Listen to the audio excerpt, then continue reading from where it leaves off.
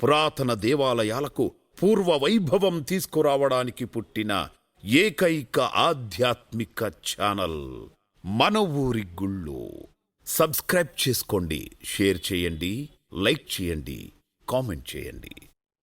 సౌవర్ణాసన సంస్థితాం త్రినయనాం పీతాం శుకోల్లాసినీం హేమాభాంగర్చుం శశాంకమకుటాం సచ్చంబకస్రగ్యుతాం హస్తైర్ముద్గర పాశవజ్రరసనాః సంబిభ్రతీం భూషణైః వ్యాప్తాంగీం బగళాముఖీం త్రిజగతాం సంస్తంభినీం చింతయే త్రిజగతాం సంస్తంభినీం చింతయే.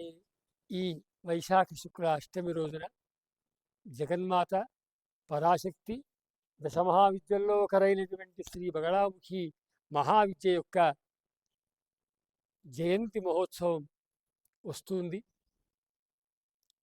ఆ జయంతి రోజున అమ్మవారి గురించి తెలుసుకొని అమ్మవారిని ఆరాధిస్తే ఎంతో విశేషమైనటువంటి ఫలితాలు కలుగుతాయి.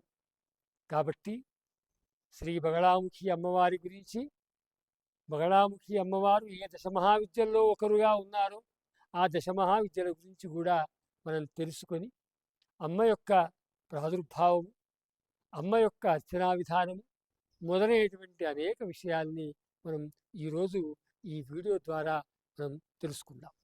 దశమహావిద్యలు, వాటి యొక్క ప్రాదుర్భావం గురించి మనకు శివపురాణంలో ఉమా సంహితలో ఒక గాథ ఉంది. అదేవిధంగా దేవీ భాగవతము, దేవీ పురాణం, అపౌరుషేయ దేవీ భాగవతం అంటారు. దేవీ పురాణం అనే పేరుతో అపౌరుషేయమైనటువంటి ఏ పురాణం అయితే ఉందో అందులో ఈ దశమహావిద్యల యొక్క ఆవిర్భావం గురించి చెప్తూ, అష్టాదశ శక్తిపీఠముల కన్నా ముందు ఈ దశమహావిద్యలు ప్రాదుర్భవించాయి, ఈ లోకంలో స్వరూపాలను వ్యక్తం చేసుకున్నాయి, కాబట్టి అవి సమస్త శక్తులకు మూలము అని మనకు సంప్రదాయవాదులు, మహర్షులు తెలియజేశారు. ఇక్కడ అష్టాదశ పీఠములు ఎప్పుడు అవతరించాయి అంటే, దక్ష ప్రజాపతి కూతురైనటువంటి సతీదేవి పరమశివుడి యొక్క భార్య, పార్వతీదేవి యొక్క పూర్వావతారం. దక్ష ప్రజాపతి యజ్ఞం చేస్తూ వీరిని ఆహ్వానించకపోతే, ఆ ఆహ్వానానికి వెళ్ళొద్దని ఉంటే అమ్మ పార్వతి సతీదేవి తండ్రి గారు చేస్తున్న యజ్ఞానికి తాను వెళ్ళాలి, పిలువకున్నా వెళ్ళాలి అని చెప్పి అంటుంది. అప్పుడు పరమేశ్వరుడు మనను పిలవలేదు, వెళ్తే అవమానానికి గురవుతాం అంటే కూడా ఆ అమ్మ తండ్రి యందు తల్లిదండ్రుల యందున్న మమకారం సహజం కాబట్టి ఆ యజ్ఞానికి వెళ్ళడం, అక్కడ దక్ష ప్రజాపతి ద్వారా అవమానానికి లోను కావడం, ఆ అవమానాన్ని భరించలేనటువంటి ఆ జగన్మాత తన శరీరాన్ని సాధించడం, ఈ విషయం తెలుసుకున్నటువంటి ప్రమథగణాలు ఆ యజ్ఞధ్వంసాన్ని చేయడం, పరమశివుడు తన జటాజూటం నుంచి వీరభద్ర సృష్టి చేసి ఆ దక్షయజ్ఞ వినాశనాన్ని చేసిన తర్వాత అక్కడితో కోపమాక పరమేశ్వరుడు ఆ యజ్ఞవాటికి వెళ్ళి యజ్ఞవాటికలో పడిపోయి ఉన్నటువంటి ఆ పార్వతీదేవి యొక్క దేహాన్ని, సతీదేవి దేహాన్ని తన భుజంపై వేసుకొని ప్రళయతాండవం చేస్తూ ఉంటాడు.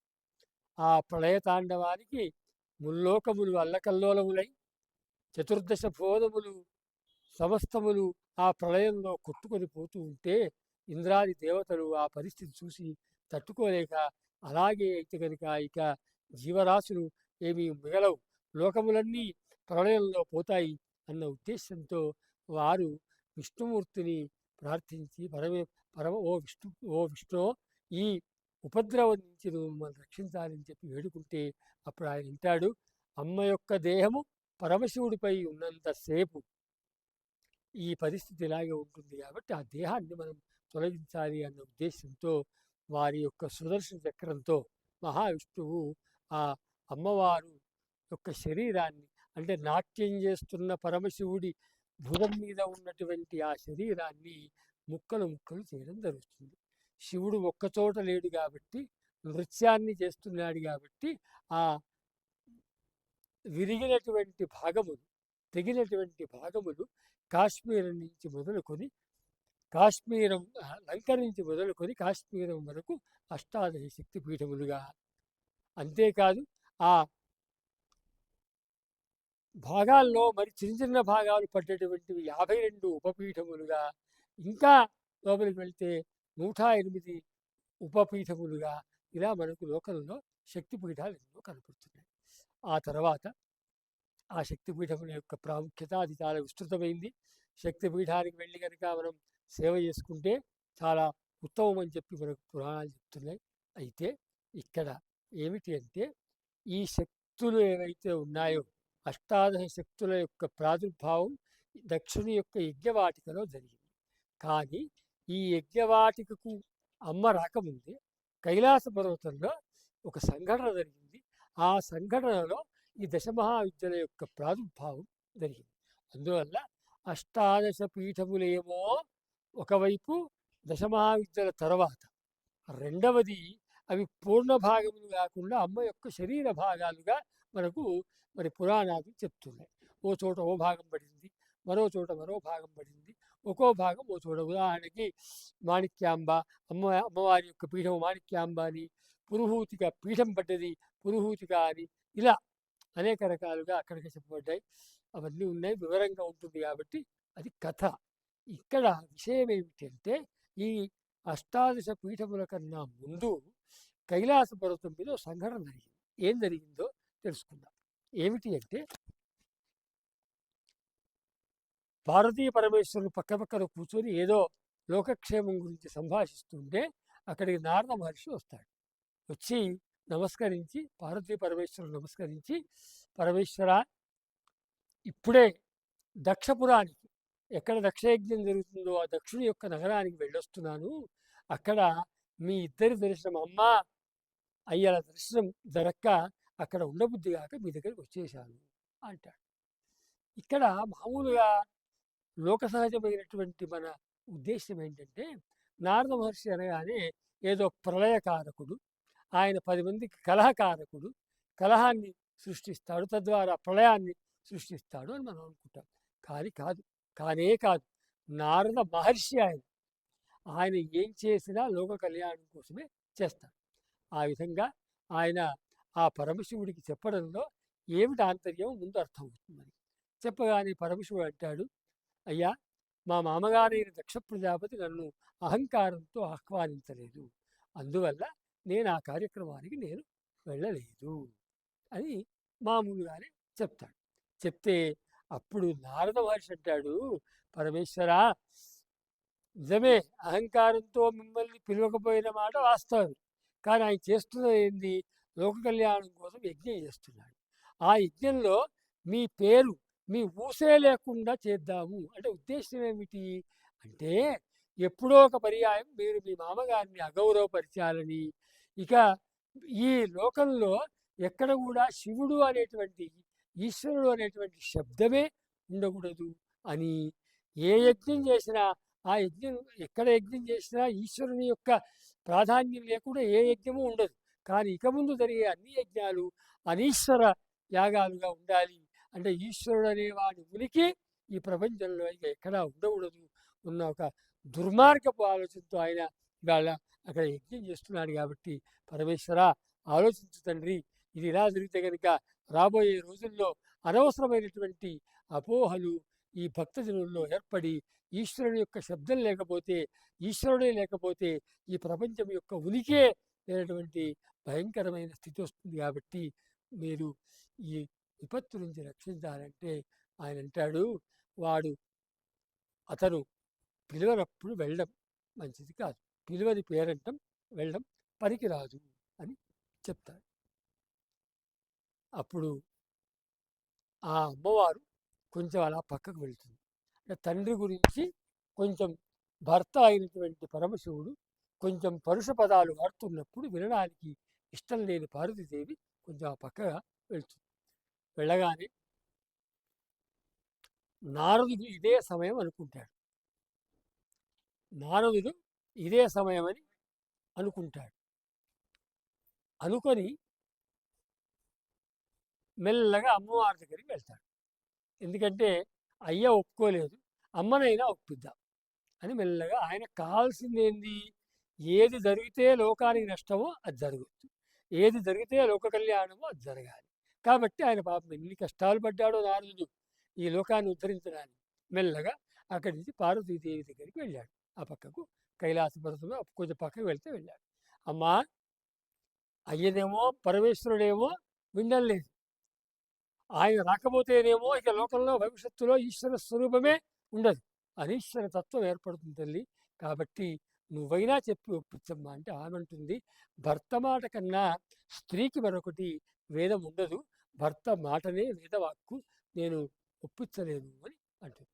అప్పుడు ఆయన ఏం చేస్తాడంటే, ఇలా కాదు, ఈ అమ్మ ఎలా ఒప్పుకుంటుందో అలా మనం చెప్తాము అని ప్రయత్నం చేస్తాడు. ఏమిటి అంటే, స్త్రీ యొక్క సహజమైనటువంటి గుణం ఏదైతే ఉందో దాని వైపు దృష్టి పెడతాడు.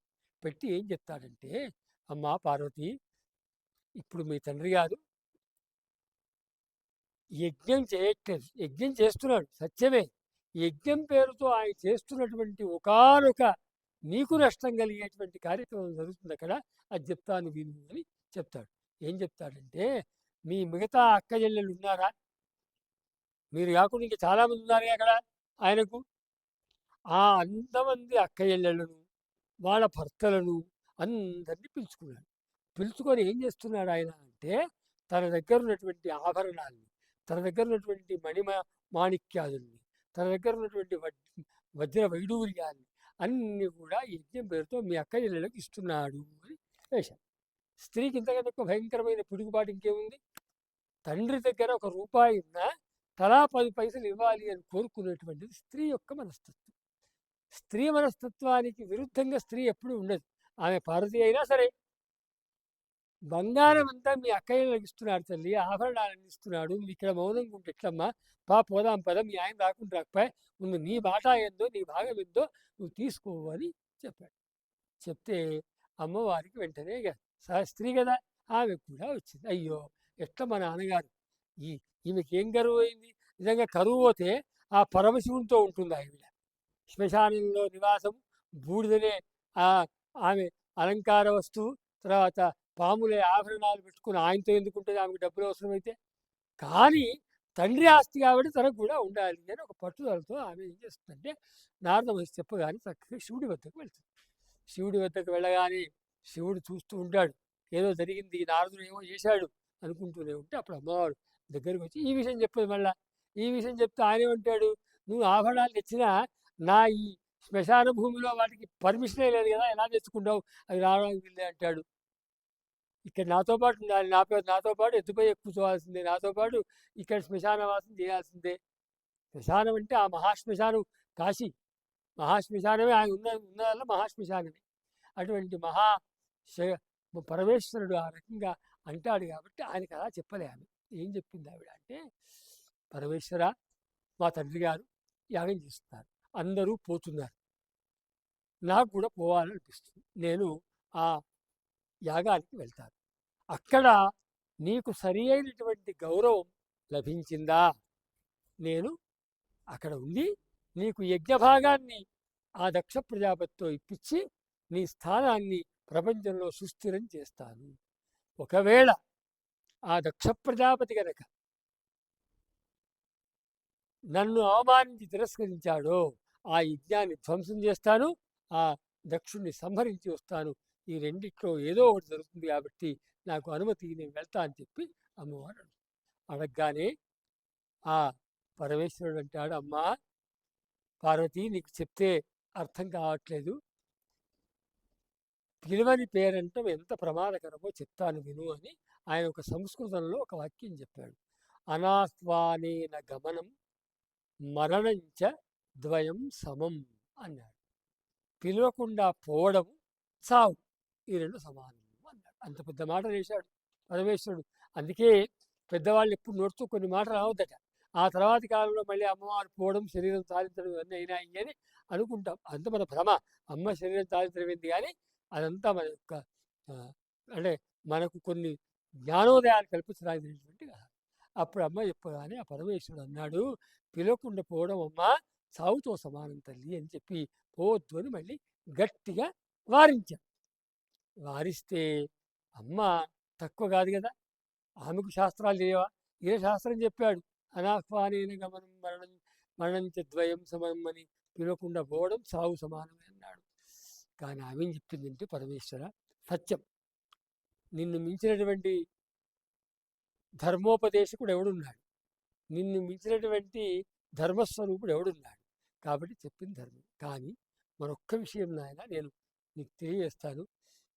కొన్ని చోట్లకు పిలవకున్నా పోవచ్చు అని కూడా శాస్త్రం ఉంది. పిలవకుంటే పోవద్దు, పిలవకుంటే పోతే చావుతో సమానం అని నువ్వు ఎట్లా చెప్పావో, పిలవకుండానే పోవాల్సిన స్థలాలు కొన్ని ఉన్నాయి, వాటికి మరి వెళ్ళాలి కదా అని అంటుంది. అంటే శివుడు అలా చూస్తున్నాడు. ఆయనకు తెలియక కాదు, ఆయనకు కావలసిన అమ్మవారు పోవద్దు, ఆమె పోతా అంటుంది కాబట్టి అన్నాడు. ఆమె చెప్తుంది ఏమిటి, పిలవకుండానే మనం తప్పకుండా వెళ్ళాల్సిన ప్రదేశాలు కొన్ని ఉన్నాయి అని. అనాహుత అప్యభియంతి సౌహృదం అంటే, అనాహుత అంటే వితౌట్ ఇన్విటేషన్, పిలవకుండా. ఆయన అనాహ్వానైన గమనం అన్నాడు, పిలవకుంటే పోవడం అని ఆయన అన్నాడు. ఈమెముంది, పిలవకున్నా కానీ పోవడం అని ఈమె చెప్తుంది. అనాహుత అప్యభియంతి సౌహృదం, ఇష్టంగా వెళ్ళాల్సినటువంటి ప్లేసులు కొన్ని 3 ఉన్నాయట. ఏమిటి అవి? భర్తుర్గురో దేహకృతశ్చ కేతనం. శంకరా, ఒక 3 ప్రదేశాలు పిలుపు లేకున్నా వెళ్ళాలయ్యా. ఆ 3 ఏమిటి అంటే, ఒకటి భర్త యొక్క ఇల్లు. ఎవరైనా స్త్రీ భర్త ఇంటికి అత్తగారిని రా బొట్టు పెట్టి పిలిస్తే పోతుందా? కాదు, అక్కర్లేదు. అది తన ఇల్లు కాబట్టి పిలవకున్నా పోవాలి. చెప్పు, ఇక్కడ పిలవలేదు కాబట్టి పోవద్దంటావా? ఆహా అనను, అయిపోయింది. భర్తు గురోహో, గురుగారింట్లో ఏదో కార్యక్రమం, చదువు చెప్పిన గురుగారింట్లో బిడ్డ పెళ్లి చేస్తున్నాడు. ఏదో మర్చిపోయాడు పాప, పెద్ద మనిషి గుర్తు లేక ఫోన్ చేశాడు. మా గురుగారు బిడ్డ పెళ్లి చేస్తున్నాడు కానీ మాకు చెప్పలే కాబట్టి మేము పోము అంటే, నీ అంత మూర్ఖుడు, నీ అంత దౌర్భాగ్యుడు ఇంకో ఉండడు. ఎట్లా విన్నా పరిగెత్తుకుంటూ వెళ్ళి నడుముకు బట్టగట్టి మొత్తం అన్ని చేసి, వడ్డలు చేసి, ఇంట్లో పని చేసి, అవసరమైతే ఇల్లూడ్చి, ఎన్ని కావాలో అన్ని చేసి సేవ చేస్తే భాగ్యం. పిలవకుండా పోవాల్సిన 2వ ప్లేసు. ఇక 3వ ప్లేసు దేహకృతశ్చ కేతనం.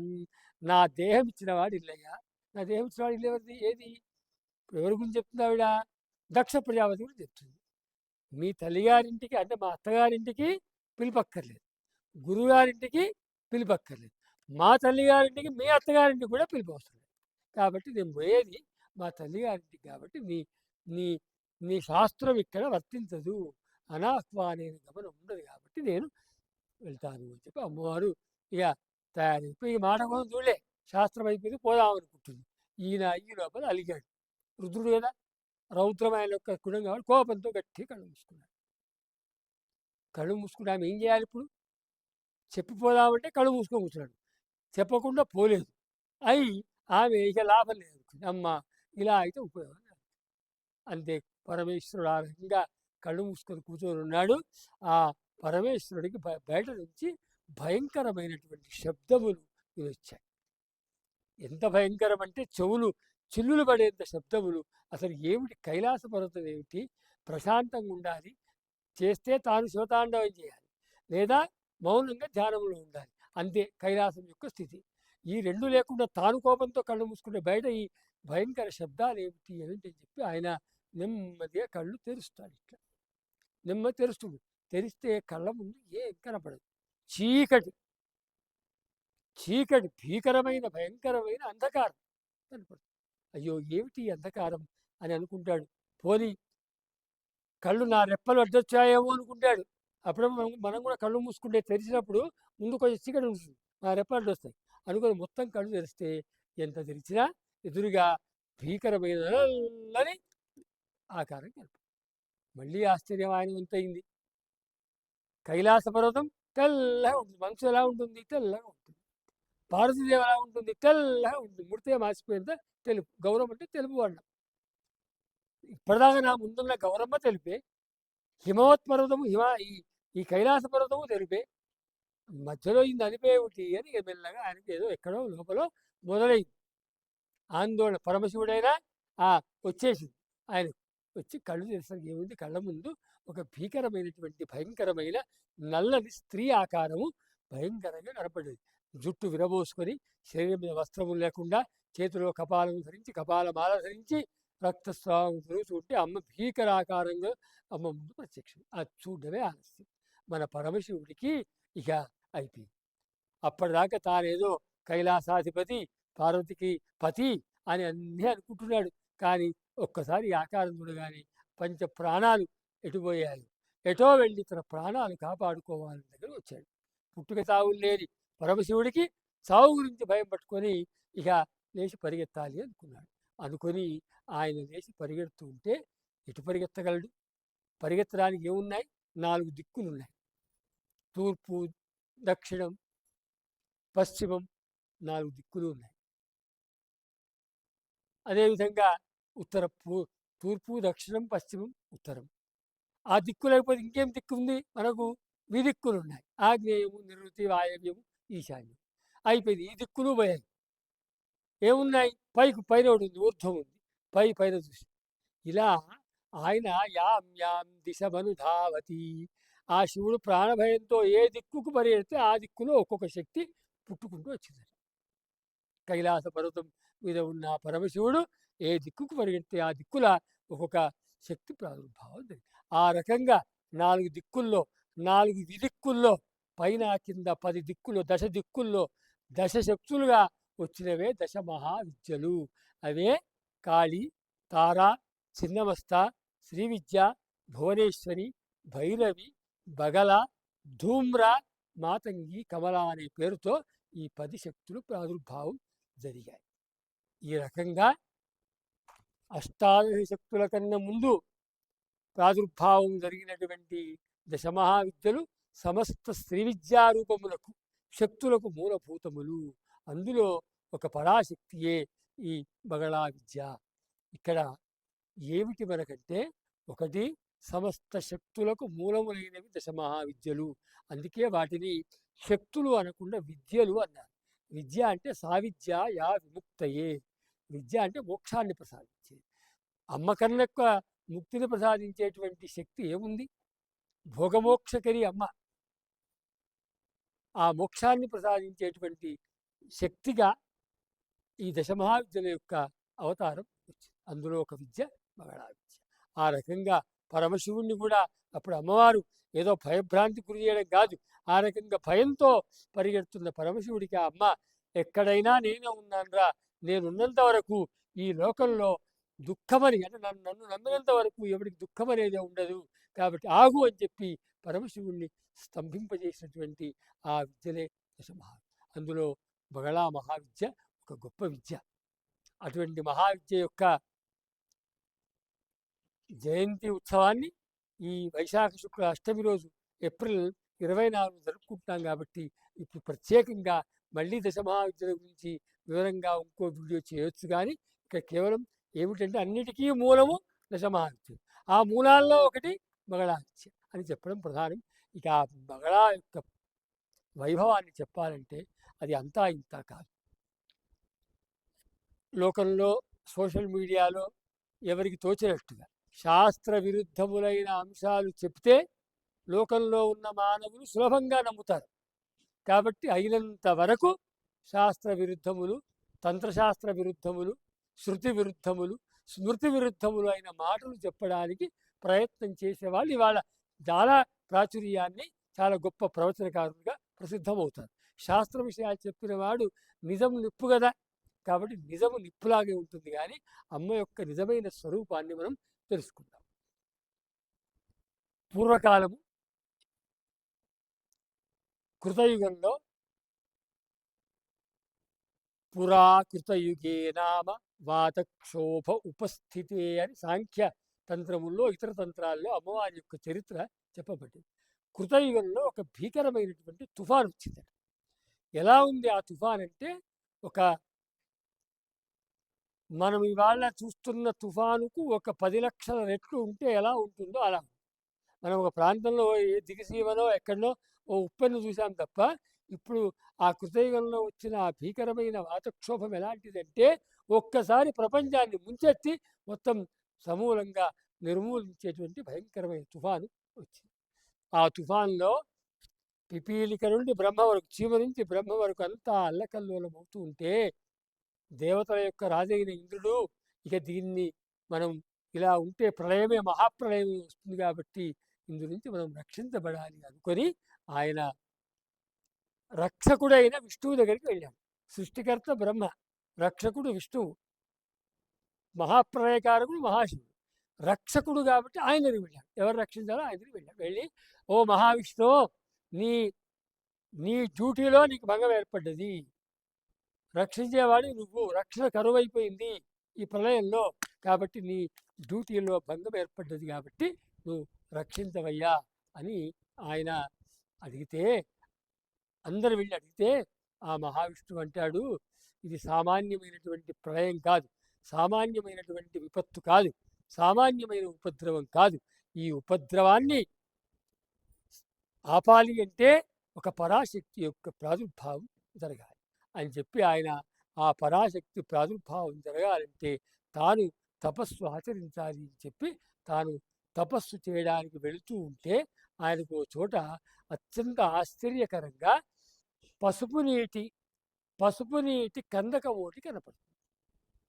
పసుపు నీళ్ళ కందకాన్ని చూస్తాడు. చూసి ఇదేదో ఇక్కడ చాలా పవిత్రంగా విచిత్రంగా కనపడుతుంది కదా, ఈ విచిత్రమైనటువంటి ఈ పవిత్ర హరిద్రాహ్రదం ఒడ్డున తపస్సు చేస్తే ఈ దేవతల యొక్క కష్టాలు, మనుష్య జాతి యొక్క కష్టాలు, సమస్త ప్రాణి కష్టాలు తీరుతాయని చెప్పి అనుకొని ఆ మహావిష్ణువు ఆ పసుపు కందకం ఒడ్డున కూర్చొని పరాశక్తి కోసం నిష్ఠగా కొన్ని వేల సంవత్సరాలు తపస్సు చేయడం జరిగింది. చేస్తే తపస్యయాచ సంతుష్ట మహాత్రిపుర సుందరి మహాపీతహృదస్యాంతే సౌరాష్ట్రే బగళాంబిక అని ఆ అమ్మవారు ఆ మహావిష్ణువు యొక్క తపస్సుకు మెచ్చి ఆ పసుపు నీటి కందకంలో పసుపు రూపంలో ఆవిర్భావం చెందింది. ఈ ఈ మహావిష్ణువు తపస్సులో నుంచి పుట్టినటువంటి విద్యారూపమైన జ్ఞానము, పరాశక్తి స్వరూపమైనటువంటి స్వరూపము రెండు మిళితమై అక్కడ ఒకనొక అద్భుత శక్తి ప్రాదుర్భావమైంది.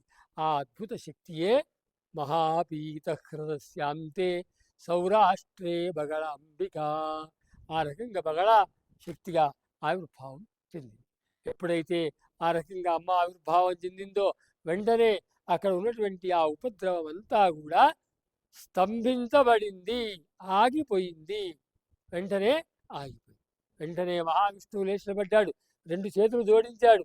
పసుపు కందకంలో వచ్చింది కాబట్టి అమ్మా పీతాంబ పీత పుష్పాచ పీత వస్త్ర ప్రియా శుభ పీత గంధప్రియా రామ పీత రత్నార్చిత శివ అని ఆ అమ్మను అత్యంతమైన భక్తి శ్రద్ధలతో అమ్మను ప్రార్థన చేయడం జరిగింది.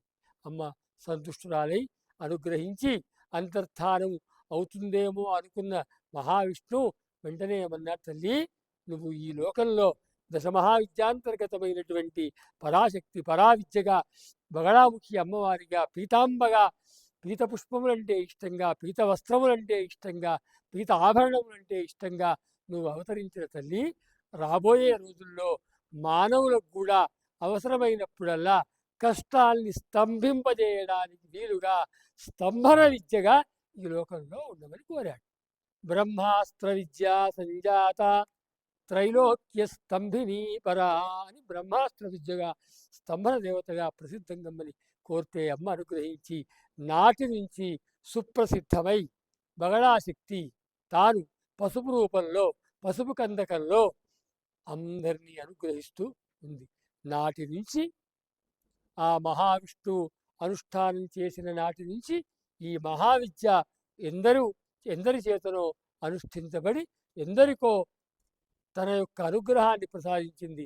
ఆ లిస్ట్లో చూస్తే బ్రహ్మ సృష్టికి ఆరంభం ముందు సృష్టికి ఎలాంటి ప్రతిబంధకాలు ఉండొద్దు, ప్రతిబంధకాలు స్తంభించబడాలి అని బ్రహ్మాస్త్ర విద్య అయిన బగళాను ఉపాసన చేశాడు. ఆ తర్వాత సనత్కుమారుడు మొదలైనటువంటి వాళ్ళు సాంఖ్యాయులు.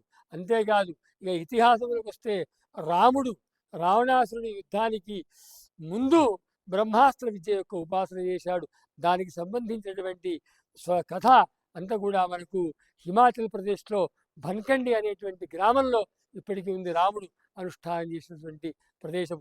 అంతేకాదు పాండవులు అరణ్యవాస సమయంలో కూడా అమ్మను అనుష్ఠించారు అని చెప్పడానికి మధ్యప్రదేశ్లో నల్ఖేడా అనేటువంటి ప్రాంతంలో పాండవుల ఉపాసనా రూపమైనటువంటి అమ్మవారు కనబడుతుంది. ఈ రకంగా బగళాముఖిని అమ్మవారు ఎవరెవరైతే తమ కష్టములు ఆగాలి, అమ్మను స్తంభన దేవత అన్నాం కదా, కష్టములు ఆగాలంటే అమ్మ యొక్క అనుగ్రహం కావాలి. ఆమె అనుగ్రహం ఉంటేనే కష్టములు ఆగుతాయి.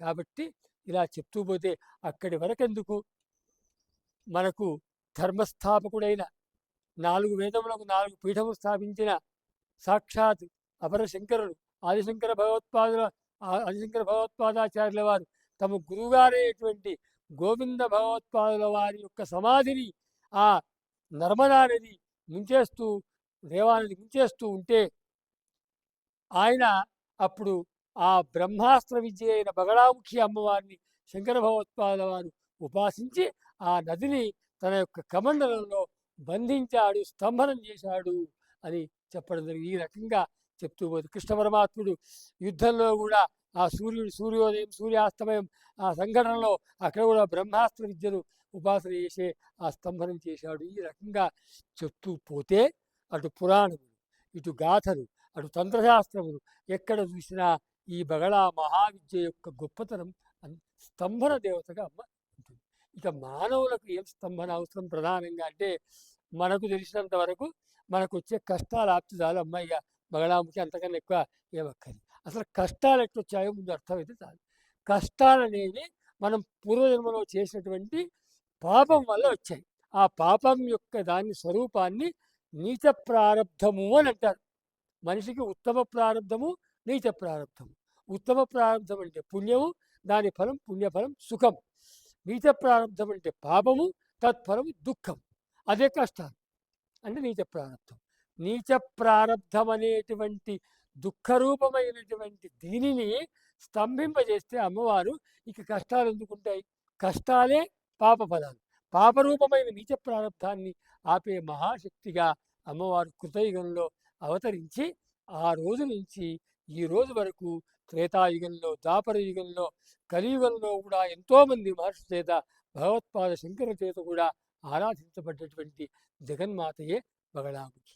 అమ్మవారు పసుపు కందకంలో పుట్టింది కాబట్టి జగన్మాతకు పసుపు అంటే ఇష్టం. అందరు అమ్మలకు కుంకుమార్చన, ఈ అమ్మకు హరిద్రార్చన.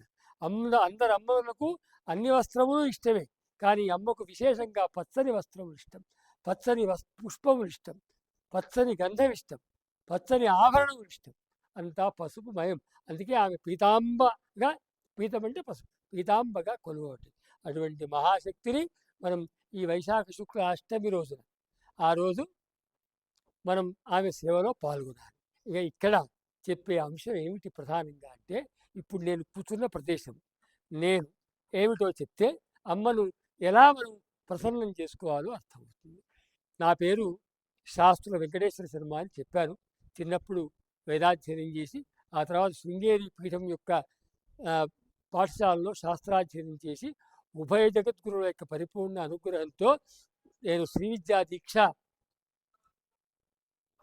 ధర్మ సమ్రాట్ యక్షక్ర చూడామణి కరపాత్ర స్వామివారు కాశీవాసులు, అపర కాశీ విశ్వనాథుడు వారి యొక్క శిష్యులు మా తండ్రి గారు బ్రహ్మలీన బ్రహ్మశ్రీ శాస్త్రుల విశ్వనాథ శాస్త్రి గారు, వారి వద్ద ఈ శ్రీ విద్యా దీక్ష తీసుకోవడం, ఆ శ్రీ విద్యా అనుష్ఠానాన్ని చేయడం, ఆ తర్వాత ఉభయ జగద్గురు శృంగేరి ఉభయ జగద్గురుల దగ్గరికి వెళ్ళినప్పుడు వారు నేను ఏ సంకల్పం అయితే చెప్పాను, గురుగారు ఇలా మా గ్రామంలో ఎక్కడైతే తెలంగాణ రాష్ట్రంలో ఇంచుమించు 20-30 సంవత్సరాలు వేదశాస్త్ర పాఠశాల మా తండ్రి గారు స్థాపించి ఎందరికో వేదశాస్త్రం బోధించారో అక్కడ నా ఉపాస్య దేవత అయినటువంటి నేను 1998వ సంవత్సరం నుంచి బగళాముఖి అమ్మవారి యొక్క అనుష్ఠానాన్ని చేస్తున్నాను. అయితే నా అనుష్ఠానం 10 మంది కోసమో, అంటే 10 మంది కళ్యాణం కోసం చేస్తున్నాను, 10 మందికి చెప్పుకోవడం కోసం చేయట్లేదు.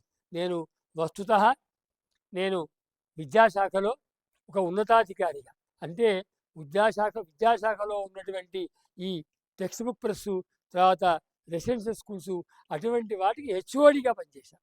నా నియామకం 91లో అసిస్టెంట్ డైరెక్టర్ స్థాయిలో అయి పదవీ విరమణ 2001లో చేసినప్పుడు నేను డైరెక్టర్ స్థాయిలో పదవీ విరమణ చేశాను. ఆ 30 సంవత్సరాలు అమ్మ యొక్క అనుగ్రహంతో ఉద్యోగంలో ఆమె అనుగ్రహ విశేషం చేత అద్భుతంగా ఉద్యోగాన్ని నిర్వహించాను. అంతేకాదు ఆ అమ్మ సేవ ఎల్లప్పుడూ చేస్తున్నాను. 98లో ఈస్ట్ గోదావరి జిల్లా విద్యాశాఖాధికారి ఉండగా మొట్టమొదట ఈ అమ్మ యొక్క అనుష్ఠానాన్ని ఆరంభం చేయడం జరిగింది. అలా కొనసాగుతున్న అనుష్ఠానం నా తపస్సు. నాతో పాటు నా సహధర్మచారిణి లక్ష్మి ఆవిడ. అంటే అందరూ ధర్మపత్ని అంటారు కానీ ధర్మపత్ని శబ్దము నా భార్య విషయంలో సఫలమైందని గర్వంగా చెప్పడానికి నేను ఎందుకు న్- అంటే సాహసిస్తున్నానంటే ఇవాళ నేను చేసిన ఈ ప్రయత్నానికి మూలం ఆవిడ. అందుకని మేము ఆ రోజు నుంచి 98 నుంచి అమ్మ సేవ చేస్తూ ఉన్నాం. ఆ సేవ కొనసాగుతుంది. ఆ సేవ అలాగే జరగాలి అంటే ఈ ఏదో ఒక చోట ఏదో ఒక రకమైనటువంటి అమ్మ స్వరూపాన్ని మనం ఏర్పాటు చేయకపోతే మనతోనే ఆ అనుష్ఠానము లేదా అమ్మ యొక్క పేరు ఈ ప్రాంతంలో ముగిస్తే సరికాదు అనేటువంటి ఉద్దేశంతో శృంగేరికి వెళ్ళి నాకు విద్యాగురువు శ్రీ విద్యాగురువులు కరపాత్ర స్వామి వారు మా తండ్రి గారైతే విద్యాగురువులు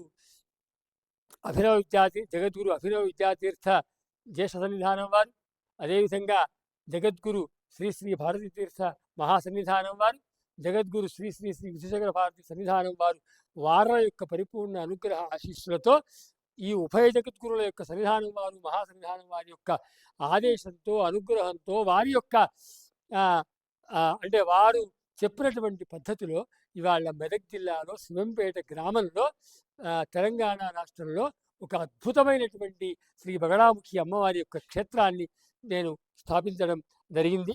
ఇది 2020వ సంవత్సరంలో సంకల్పము, 21వ సంవత్సరంలో శిలాన్యాసము, 23వ సంవత్సరంలో అమ్మవారి యొక్క ప్రతిష్టా కార్యక్రమం ఇవన్నీ జరిగాయి. ఈ స్థలాన్ని కూడా పుణ్యాత్ములైనటువంటి మా గ్రామవాసులు పబ్బా అంజయ్య గారు, వారి కుమారుడు పబ్బా రమేష్ గారు మరియు వారి కుమారుడు పబ్బా మహేష్ గుప్త గారు వీరంతా మనఃపూర్వకంగా ఈ స్థలాన్ని ఇవ్వడం. పవిత్ర స్థలంలో నా సంకల్పము ఎవరి యొక్క దయాదాక్షిణ్యాలు కాకుండా యాచన లేకుండా 3 ఏళ్ల నుంచి అమ్మ అక్కడ కొలువు కావడమే కాదు, ఇప్పటి వరకు మనం ఏ కథ అయితే చెప్పుకున్నాము, విష్ణుమూర్తి హరిద్రాశ్రమం ఒడ్డున కూర్చున్నాడని, తపస్సు చేశాడని, అక్కడ హరిద్రాశ్రమంలో అమ్మ వచ్చిందని చెప్పాము. అది ఇక్కడ సాక్షాత్కరిస్తుంది. అమ్మవారి యొక్క గర్భాలయం కమలాకారంలో ఉంది. దాని చుట్టూ పసుపు నీటి కందకం ఉంది. ఆ కందకం మధ్యలో అమ్మ కూర్చుంది. అమ్మ యొక్క ఆశీస్సుల వల్ల నేను ఒక సంకల్పం చేశాను 2019-20 సంవత్సరంలో. అప్పటి పెద్దలు నా చేత బగళాముఖి మహాయాగం చేయిస్తే అప్పుడు ఈ ప్రాంతంలో బగళాముఖి గురించి తెలిసింది.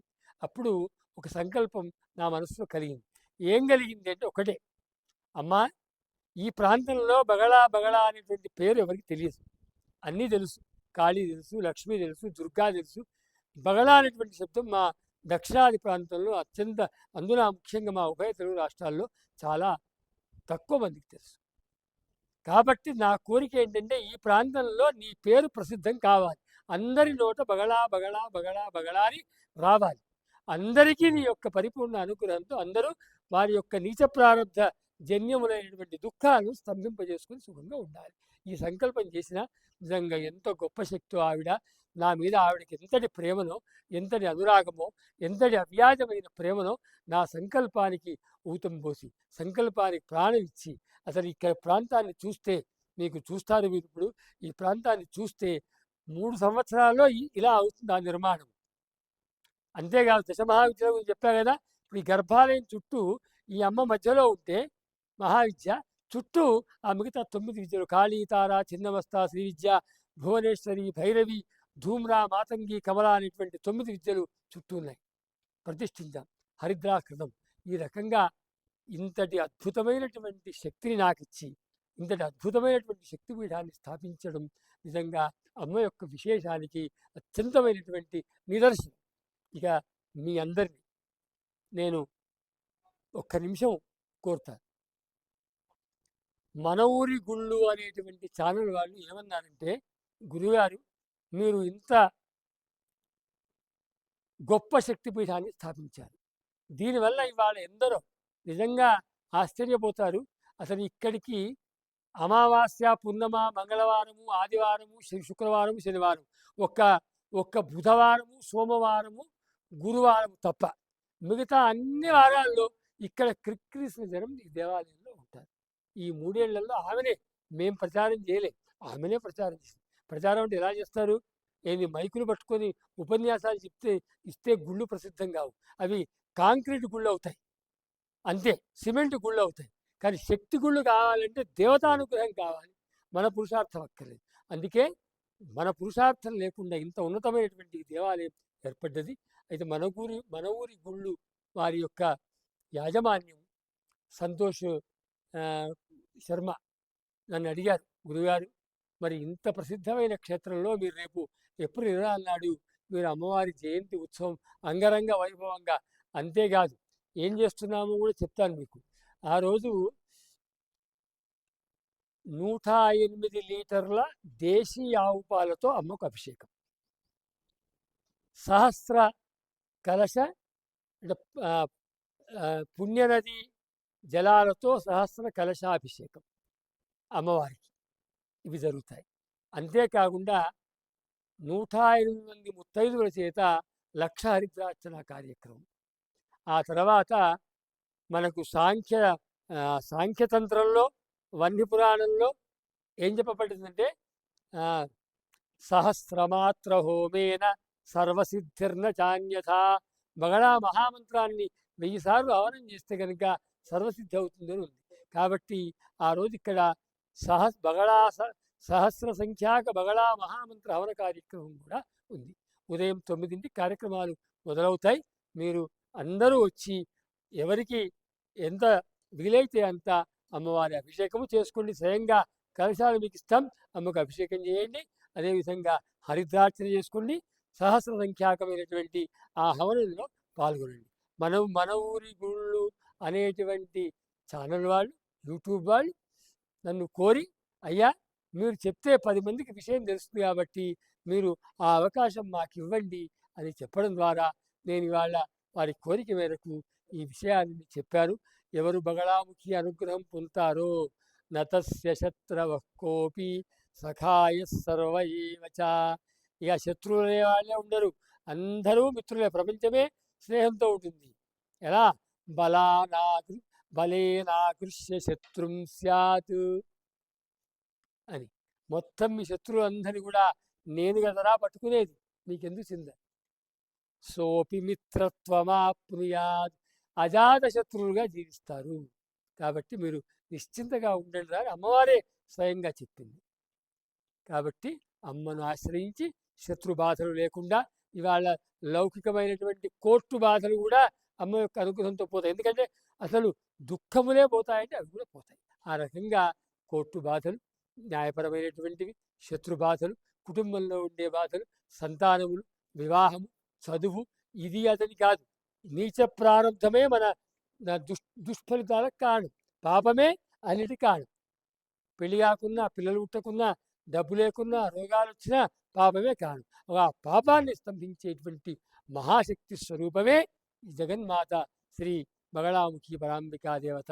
కాబట్టి ఇవాళ ఇటువంటి పుణ్య కార్యక్రమాన్ని చేపట్టేటువంటి మన ఊరి గుళ్ళు యూట్యూబ్ ఛానల్ వారికి అమ్మ యొక్క పరిపూర్ణమైన అనుగ్రహాశిస్సులు ఉండుగాక. ఒకసారి అందరూ అమ్మను ధ్యానం చేయండి. చతుర్భుజాం త్రినయనాం పీతవస్త్ర ధరాం శివాం వందేహం బగళాం దేవీం శివాపుర నివాసినీం.